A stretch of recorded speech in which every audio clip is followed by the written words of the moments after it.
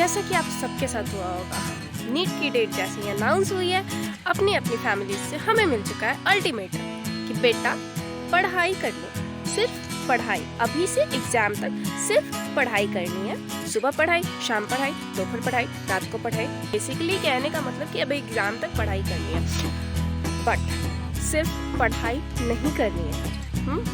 आपको रिवाइज भी करना है, आपको टेस्ट भी देने हैं, और सबसे ज़्यादा इम्पोर्टेंट कि आपको अपनी हेल्थ का भी ख्याल रखना है, सबसे ज़्यादा ज़रूरी है।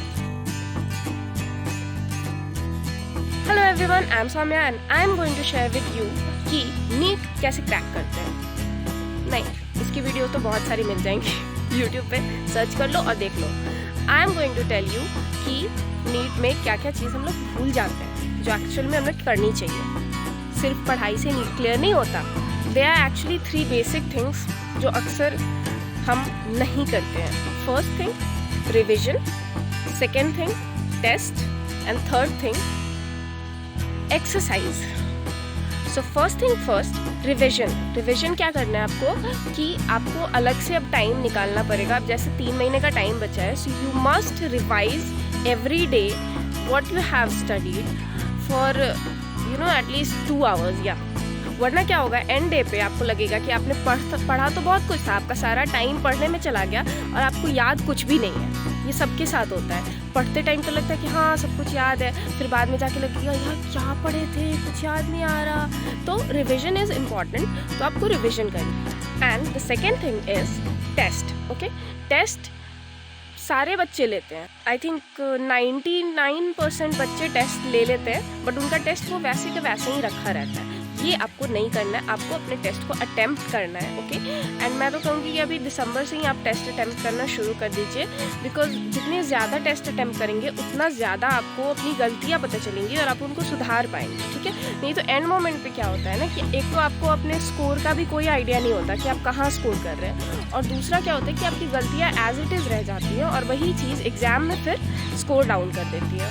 And the third thing is very important, और ये ना लोगों को लगता है कि जो बहुत पढ़ने वाले बच्चे होते हैं ना सिर्फ उनको स्ट्रेस होता है। नहीं, ऐसा नहीं है। जो कम भी पढ़ते हैं ना उनको भी स्ट्रेस होता है, और इनफैक्ट उनको ज़्यादा स्ट्रेस होता है कि पता नहीं मेरे मार्क्स कैसे बढ़ेंगे।